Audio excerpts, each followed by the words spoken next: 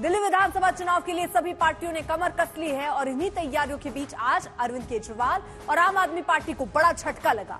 दिल्ली में चुनाव चंद महीने पहले परिवहन मंत्री कैलाश गहलोत ने आपका साथ छोड़ दिया।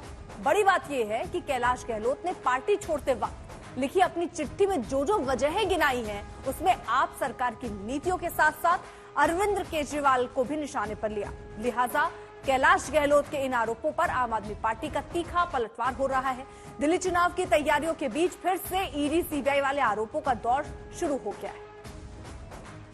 पहले आपको कैलाश गहलोत की लिखी चिट्ठी वो दिखाते हैं जिसमें उन्होंने पार्टी छोड़ने की वजह बताई। नया बंगला जैसे कई शर्मनाक और अजीबोगरीब विवाद हैं जो अब सभी को संदेह में डाल रहे हैं कि क्या हम अभी भी आम आदमी होने के विश्वास करते हैं। अब यह स्पष्ट है कि अगर दिल्ली सरकार अपना अधिकांश समय केंद्र से लड़ने में बिताती है तो दिल्ली की वास्तविक प्रगति नहीं हो सकती। मेरे पास आपसे अलग होने के अलावा कोई विकल्प नहीं बचा और इसलिए मैं आम आदमी पार्टी की प्राथमिक सदस्यता से इस्तीफा दे रहा हूं। कैलाश गहलोत ने अपनी चिट्ठी में यमुना नदी की सफाई को लेकर आप सरकार के दावों का जिक्र किया और इस वादे पर भी पार्टी को नाकामयाब बता दिया है। उन्होंने कहा कि मैं आपके साथ ये भी साझा करना चाहता हूं कि आज पार्टी गंभीर चुनौतियों का सामना कर रही है। उन्हीं मूल्यों की चुनौती है जो हमें एक साथ लेकर आए हैं। राजनीतिक महत्वाकांक्षी लोगों के प्रति प्रतिबद्धता से आगे निकल गए हैं और कई वादे अधूरे रह गए हैं। उदाहरण के लिए जिस यमुना नदी को हमने स्वच्छ बनाने का वादा किया लेकिन अभी ऐसा हो नहीं पाया, अब यमुना नदी पहले से भी अधिक प्रदूषित हो गई है। कैलाश गहलोत ने चिट्ठी बम फोड़कर आम आदमी पार्टी और केजरीवाल पर हमला बोला तो दिल्ली की सियासत में उबाल आते देर नहीं लगी। कैलाश गहलोत के आरोपों पर जवाब देते हुए आम आदमी पार्टी ने इसके पीछे दिल्ली चुनाव से पहले ईडी और सीबीआई वाली साजिश का आरोप पढ़ा। देखिए, पिछले कई महीनों से कैलाश जी के ऊपर आप देख रहे होंगे, हर दिन उनको ईडी बुलाया जाता था, उनको आईटी की रेड उनको सामना करना पड़ रहा था। ईडी की भी रेड हुई है।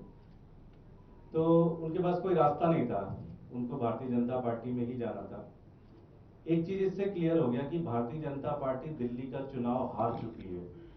आज उनके पास कोई मुद्दा नहीं बचा, कोई चीज ऐसी नहीं है उनको बताने के लिए।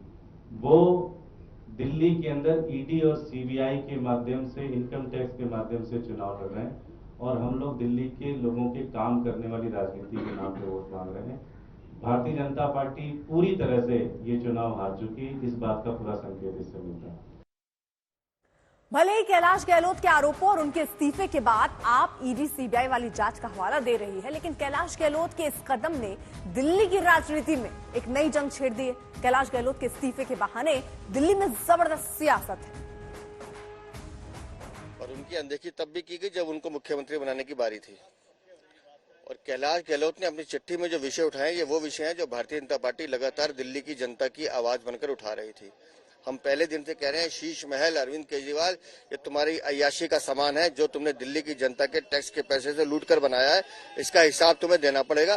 कैलाश गहलोत ने उसका हिसाब मांगा है। आज भारतीय जनता पार्टी फिर एक बार अपने हथकंडे, घिनौनी राजनीति और षड्यंत्र में कामयाब हुई है। कैलाश गहलोत के ऊपर लगातार भारतीय जनता पार्टी के द्वारा दबाव बनाया जा रहा था। ईडी सीबीआई के छापे मारे जा रहे थे।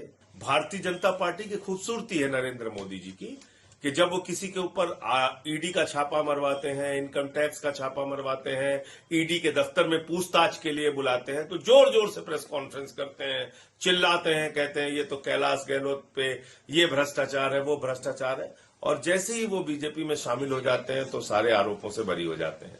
मोदी वॉशिंग पाउडर से उनको धुल दिया जाता है। ये तो कोई हमारे लिए आश्चर्य की बात नहीं है, क्योंकि जो बर्ताव करते हैं केजरीवाल अपने मंत्रियों के साथ, अपने विधायकों के साथ, ही खुला हुआ है। भले पब्लिक में जाए ना जाए, जहां आप मुख्यमंत्री को मिलने नहीं जा सकते, जहां स्वाति मालीवाल जैसी के साथ दुर्व्यवहार हो जाता है, जिस घर में मुख्यमंत्री के सामने मुख्य सचिव के ऊपर प्रहार होता है, फिजिकल हमला होता है, वहां आप क्या एक्सपेक्ट करेंगे। और हम लोग तो बार बार कहते हैं ना कि लोग आम आदमी पार्टी में नौकरी करते हैं। दरअसल कैलाश गहलोत ने साल 2015 में आम आदमी पार्टी ज्वाइन की। वो 2017 में कैबिनेट मंत्री बने। उसके बाद से ही पार्टी में लगातार उनका कद बढ़ता चला गया। गहलोत जांच के दायरे में तब आए जब साल 2021 में सीबीआई ने डीटीसी बस खरीद मामले की जांच शुरू की। इस मामले की शुरुआत 2020 में तब हुई जब दिल्ली सरकार ने 1000 बसों की खरीद के लिए टेंडर जारी किया। विपक्ष ने आरोप लगाया कि बसों के रखरखाव के नाम पर 4500 करोड़ रुपए खर्च हुए, जो एक बड़ा घोटाला है। इसके साथ दिल्ली शराब नीति घोटाले में भी कैलाश गहलोत से इसी साल मार्च महीने में पूछताछ हुई थी। आप इन्हीं जांच का हवाला देकर आरोप लगा रहे हैं कि दबाव बनाकर कैलाश गहलोत को पार्टी छोड़ने पर मजबूर किया गया। वहीं बीजेपी कैलाश गहलोत के आरोपों को अरविंद केजरीवाल और आम आदमी पार्टी की सच्चाई बता रही है। कैलाश गहलोत ने अगर आज किनारा कर लिया तो मुझे बहुत आश्चर्य नहीं है। इसका मतलब कि कहीं न कहीं कैलाश गहलोत अरविंद केजरीवाल के उस पाप नगरी में अपने को अब नहीं रखना चाहते हैं। पाप में जो भी जिसके भी मन में अच्छाई होगी वो तो नहीं रह पाएगा। फाइनली कैलाश गहलोत का ये डिसीजन आया है। चुनाव चल रहे हैं और भाजपा के गंदे षड्यंत्र शुरू हो चुके हैं। ईडी और सीबीआई उनके एलाइज एक्टिव हो चुके हैं। कैलाश गहलोत जी के भी ऊपर काफी ईडी और इनकम टैक्स के मामले चल रहे थे, उनके परिवार के ऊपर भी चल रहे थे, तो उन्होंने जेल की स्ट्रगल से बेहतर भाजपा ज्वाइन करना बेहतर समझा। कैलाश गहलोत के इस्तीफे की चिट्ठी सामने आने के बाद दिल्ली की सियासत में संग्राम है। इस चिट्ठी में सीधा हमला केजरीवाल पर भी हुआ, लेकिन अरविंद केजरीवाल फिलहाल इस मुद्दे पर चुप है। आज प्रेस कॉन्फ्रेंस के दौरान भी जब केजरीवाल से कैलाश गहलोत को लेकर सवाल हुआ तो उन्होंने माइक दुर्गेश पाठक की ओर बढ़ा दिया। सर, कैलाश गहलोत ने आज रिजाइन कर दिया पार्टी से और मंत्री पद से, इसको लेकर आप क्या कहेंगे? आप जवाब देंगे? देखिए, दे रहे हैं, आपको जवाब चाहिए। आम आदमी पार्टी से इस्तीफे के बाद कैलाश गहलोत का अगला कदम क्या होगा, ये अब तक साफ नहीं है। हालांकि दिल्ली में इस सियासी हलचल के बीच बीजेपी के पूर्व विधायक अनिल झा आम आदमी पार्टी में शामिल हो गए।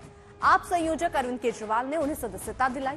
अनिल झा किराड़ी से 2 बार बीजेपी के विधायक रह चुके हैं।